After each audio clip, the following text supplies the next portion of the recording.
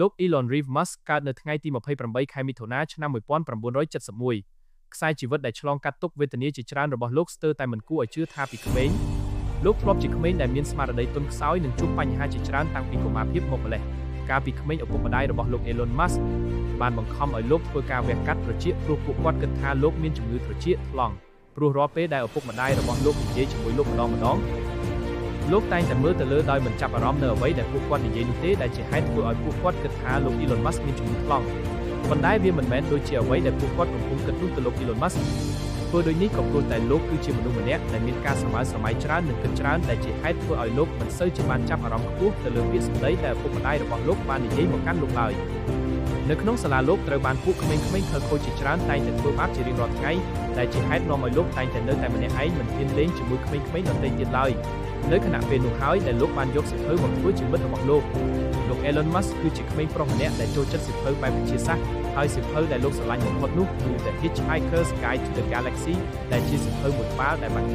ផ្លាស់ប្ដូរជីវិតរបស់លោកឲ្យមកចាប់អារម្មណ៍ខ្លាំងលើវិស័យបច្ចេកវិទ្យា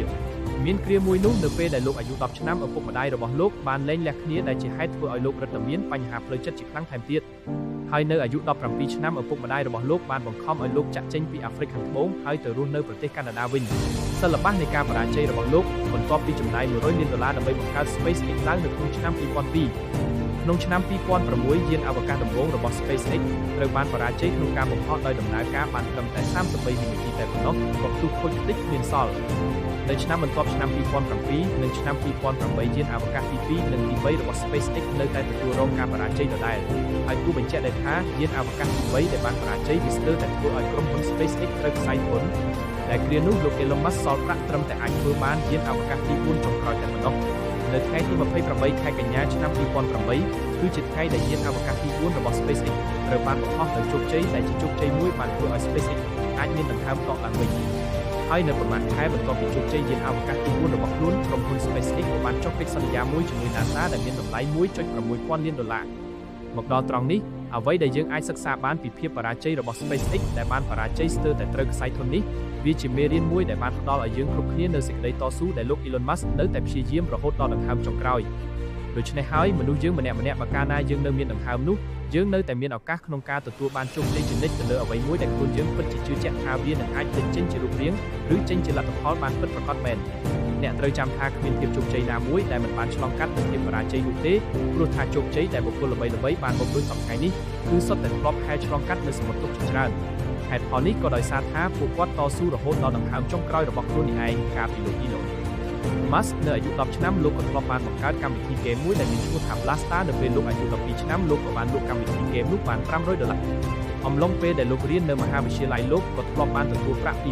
$28,000វាជាប្រាក់ដែលលោកបានពីឪពុករបស់លោកពេលនោះ Musk និងបងប្អូនប្រុសរបស់លោក Kimball ក៏សម្រេចចិត្តសហការគ្នាបង្កើត website មួយឡើងដែលមានឈ្មោះថា Zip2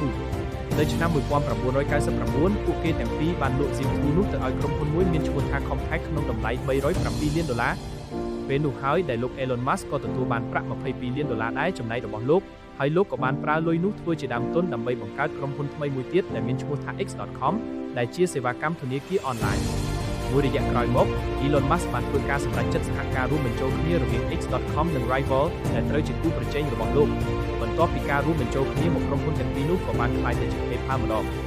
ហើយក្នុងឆ្នាំ2002ការចរចារទិញលក់ក៏បានកើតឡើងម្ដងទៀតដោយ eBay បានសម្រេចចិត្តទិញ PayPal យកពី Elon Musk ដែលគ្រានោះលោកទទួលបានប្រាក់ប្រមាណ$180 លានពីការលក់ PayPal ទៅឲ្យ eBay ក្រោយលក់ PayPal ទៅឲ្យ Facebook បានប្រាក់$180 លានរួច Elon Musk ក៏បានសម្រេចចិត្តបែងចែកប្រាក់របស់លោក$100 លានទៅបណ្ដាក់ទុនក្នុង SpaceX $70 លានទៅបណ្ដាក់ទុនក្នុង Tesla និង$10 លានទៅបណ្ដាក់ទុនក្នុង Solar City ហើយចុងក្រោយលោកបែរជាត្រូវខ្ចីប្រាក់ពីមិត្តភ័ក្តិរបស់លោកដើម្បីបង់ថ្លៃផ្ទះជួលទៅវិញមកដល់កន្លែងនេះយើងអាចសម្គាល់បានថាបើកាលណាមនុស្សម្នាក់នៅពេលដែលគេរកឃើញក្តីស្រមៃឬរកឃើញនៅអ្វីមួយដែលខ្លួនស្រឡាញ់ពេញចិត្តហើយនោះពេលនោះនឹងគ្មានឧបសគ្គឬបញ្ហាណាមួយអាចមករារាំងគេបានឡើយជាក់ស្ដែងដោយលោក Elon Musk ជាដើមតើនរណាអាចនឹងនឹកស្មានដល់ទៅថាលោកនឹងយកប្រាក់ចំនួនដ៏ច្រើនបែបនេះមកវិនិយោគលើក្តីស្រមៃរបស់ខ្លួនរហូតសូម្បីតែប្រាក់សម្រាប់ទិញផ្ទះមួយខ្នងក៏លោកមិនទុកដែរហើយបែរជាខ្ចីប្រាក់របស់មិត្តភ័ក្តិមកបង់ថ្លឈ្នួលផ្ទះដែលខ្លួនកំពុងរស់នៅទៅវិញបើនិយាយទៅវាពិតជាពិបាកនឹងគិតដល់ណាស់មែនទេ ប្រសិនជាយើងវិញមិនត្រឹមតែគិតមិនដល់ថានឹងវិនិយោគប្រាក់នេះទាំងអស់ពីខ្លួននោះទេហើយថែមទាំងគិតថាអ្វីដែលលោក Elon Musk ធ្វើគឺជាគំនិតដ៏សែនឆ្នូតទៀតផងព្រោះថាប្រាក់ក្នុងចំនួននេះវាអាចឲ្យលោករស់នៅបានយ៉ាងស្រួលក្នុងជីវភាពដ៏ស្រណុកសុខស្រួលបានដោយងាយដោយមិនចាំបាច់ធ្វើការងារអ្វីក៏បានប៉ុន្តែអ្វីដែលយើងគិតនេះវាមិនដូចនៅអ្វីដែលមនុស្សដែលមានក្តីស្រមៃឬមនុស្សដែលមានការតាំងចិត្តខ្ពស់គិតឡើយព្រោះថាមនុស្សដែលមានក្តីស្រមៃឬមនុស្សដែលមានការតាំងចិត្តខ្ពស់ពួកគេនឹងមិនហត់នឿយឡើយចំពោះការតស៊ូរបស់ខ្លួនហើយពួកគេក៏មិនរុញរានឹងឧបសគ្គឬបញ្ហាដែលពួកគេនឹងជួបប្រទះនោះដែរបញ្ជាក់សម្រាប់ចំណុចខាងលើដែលជាការប្រថុយប្រថាននេះពិតថាវាបានជោគជ័យសម្រាប់លោក Elon Musk ដូចជាសពថ្ងៃនេះមិនក៏ដោយប៉ុន្តែបងប្អូនក៏ត្រូវតែយកមកគិតពិចារណាចំពោះខ្លួនឯងផងដែរប្រសិនជាបងប្អូនគិតចង់យកចំណុចទាំងនេះមកអនុវត្តចំពោះខ្លួនឯងនោះព្រោះចំណុចខាងលើនេះវាមានភាពប្រថុយប្រថានខ្ពស់ណាស់ដែលគួរណាស់យើងត្រូវគិតនិងប្រុងប្រយ័ត្នមិនមែនចេះតែឃើញគេជោគជ័យតាមវិធីនេះឬវិធីនោះហើយខ្លួនក៏ហក់លោតតាមគេដែរនោះទេសំខាន់ណាស់ដែលបងប្អូនគួរគិតពីលទ្ធភាពសមត្ថភាពនិងការតាំងចិត្តរបស់ខ្លួនទៅលើអ្វីមួយដែលបងប្អូនបានដាក់គោលដៅសម្រាប់ខ្លួនឯងជាមុនសិនសម្រាប់ការយល់ឃើញរបស់វិធីដែល Elon Musk យកមកប្រើនេះខ្ញុំយល់ថាវាអាចនឹងមានប្រសិទ្ធភាពខ្ពស់ប្រសិនជាយើងខ្លួនឯងស្គាល់ពីខ្លួនឯងច្បាស់ដឹងពីក្តីស្រមៃរបស់ខ្លួនឯងដឹងថាខ្លួនឯងចង់បានអ្វីនិងជឿជាក់លើខ្លួនឯងខ្លាំងនោះទៅភាគរយនៃដំណើរការនេះអាចជោគជ័យខ្ពស់បានប៉ុន្តែប្រសិនបើបងប្អូននៅមិនទាន់ស្គាល់ខ្លួនឯងទេនៅមិនទាន់ទុកចិត្តខ្លួនឯងទេនៅមានកូនចិត្តស្រពេចស្រពិលជាមួយនឹងអ្វីដែលខ្លួនកំពុងធ្វើនេះទេគួរណាស់កុំហក់លោតដោយលោក Elon Musk នេះល្អជាងហើយធ្វើអ្វីក៏ដោយត្រូវតែចេះទប់និងរៀបចំផ្លូវក្រោយសម្រាប់ខ្លួនឯងយ៉ាងណាមិញនៅពីក្រោយភាពជោគជ័យរបស់លោកគឺមានរឿងសំខាន់តូចៗដែលលោកតែងតែធ្វើវាជាប្រចាំសម្រាប់ជីវិតហើយរឿងទាំងអស់នោះក៏បានជួយនាំលោកឆ្ពោះទៅរកភាពជោគជ័យបានយ៉ាងលឿនប៉ុន្តែមានមនុស្សជាច្រើនតែងតែមើលរំលងវាដែលរឿងនោះមានដូចជា1រក្សាសុខភាពការធ្វើលំហាត់ប្រាណនិងការបរិភោគអាហារសុខភាពឲ្យបានទៀងទាត់វាគឺជាអ្វីដែលលោកតែងតែធ្វើជាប្រចាំព្រោះថាវាអាចជួយឲ្យលោកបង្កើននូវសមត្ថភាពនៃការគ្រប់គ្រងភាពតានតឹងបានយ៉ាងមានប្រសិទ្ធភាពដោយលោកមិនបរិភោគនៅប្រភេទអាហារទាំងឡាយណាដែលមិនបានផ្ដល់ផលល្អដល់សុខភាពរបស់លោកហើយការងាកមកទទួលទានបន្លែផ្លែឈើគឺជាជម្រើសដ៏ល្អមួយព្រោះបន្លែនិងផ្លែឈើទាំងនោះវាសម្បូរទៅដោយសារធាតុចិញ្ចឹមដែលអាចទប់ទល់នឹងភាពតានតឹងបានដោយបង្កើននូវប្រព័ន្ធភាពស៊ាំដល់រាងកាយនិងបំពេញបន្ថែមនូវសារធាតុប្រឆាំងអុកស៊ីតកម្មក្នុងរាងកាយថែមទៀតផង2រកពេលសម្រាកឲ្យបានពេញមួយថ្ងៃសម្រាប់លោកដែលជាបុគ្គលម្នាក់ដែលមានការងារជាច្រើនត្រូវបំពេញនោះលោកបានសម្រេចជ្រើសរើសយកពេលពេញមួយថ្ងៃណាមួយដើម្បីសម្រាកប្រសិនបើលោកយល់ថាលោកកំពុងរងនូវសម្ពាធខ្លាំងពីការងារហើយមួយវិញទៀតបើយោងតាមការសិក្សាមួយបានបង្ហាញថាការសម្រាកតាមការកំណត់ណាមួយពេញមួយថ្ងៃនឹងអាចនាំឲ្យមានប្រសិទ្ធភាពការងារកាន់តែខ្ពស់ក៏ដូចជាបានកាត់បន្ថយនូវភាពនឿយហត់ផ្នែកផ្លូវអារម្មណ៍បានកាន់តែប្រសើរថែមទៀតផង3ការរៀបចំពេលវេលាឲ្យបានច្បាស់លាស់សម្រាប់លោកការរៀបចំពេលវេលាមួយឲ្យបានច្បាស់លាស់គឺជារឿងមួយដ៏សំខាន់បំផុតក្នុងការចាត់ចែងការងារដ៏សែនច្រើនរបស់លោកឲ្យមានរបៀបរៀបរយដូច្នេះហើយទើបមុនពេលចាប់ផ្ដើមការងាររបស់លោកម្ដងលោកតែងតែចំណាយពេលពី10ទៅ20នាទីក្នុងការរៀបចំការងាររបស់លោកទៅតាមលំដាប់លំដោយមុននឹងលោកចាប់ផ្ដើមធ្វើការងាររបស់លោកបន្តបន្ទាប់ទៅតាមផែនការដែលលោកបានរៀបចំនោះហើយលោកតែងតែធ្វើតារាងការងារដែលលោកត្រូវធ្វើពេញមួយថ្ងៃនិងរៀបតាមលំដាប់ទំហំការងារនីមួយៗដែលលោកត្រូវធ្វើផងដែរក៏ដូចជាសកម្មភាពមួយចំនួនទៀតដែលលោកនឹងចំណាយពេលជាមួយក្រុមគ្រួសាររបស់លោកផងដែរមិនថាមានសកម្មភាពអ្វីក៏ដោយសម្រាប់លោកគឺលោកត្រូវប្រកាសថាលោកបានកត់ចូលក្នុងបញ្ជីសកម្មភាពរបស់លោកទាំងអស់ជៀសវាងមានភាពរញ៉េញ៉ៃដែលអាចធ្វើឲ្យលោករឹតតែមានភាពតានតឹងនឹងការងារដែលគ្មានរបៀបរៀបរយទាំងនោះ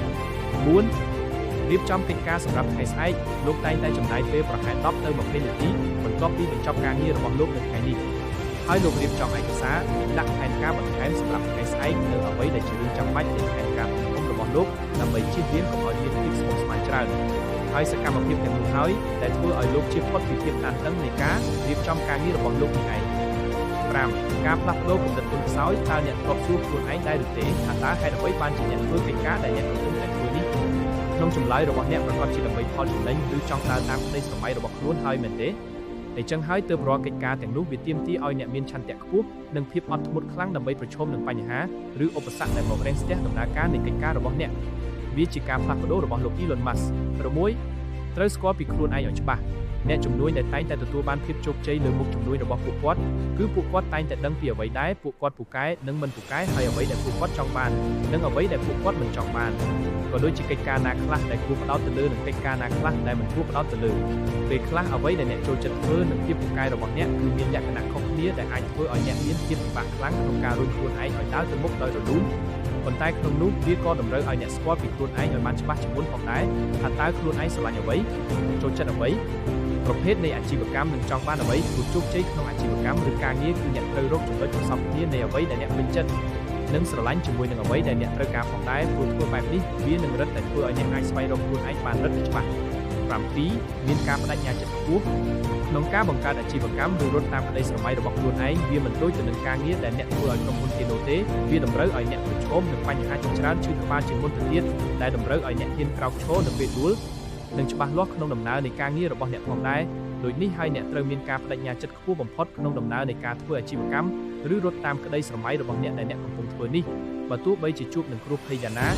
ក៏អ្នកត្រូវតែបន្តដំណើរទៅមុខទៀតដើម្បីសម្រេចកិច្ចការនោះឲ្យទាល់តែបានជាដាច់ខាតតើអ្នកមានចំណាប់បែបណាដែរចំពោះបទពិសោធន៍បរាជ័យនិងការតស៊ូរបស់បុគ្គលជោគជ័យមួយរូបនេះតើអ្នករៀនបានអ្វីខ្លះពីបទពិសោធន៍របស់គាត់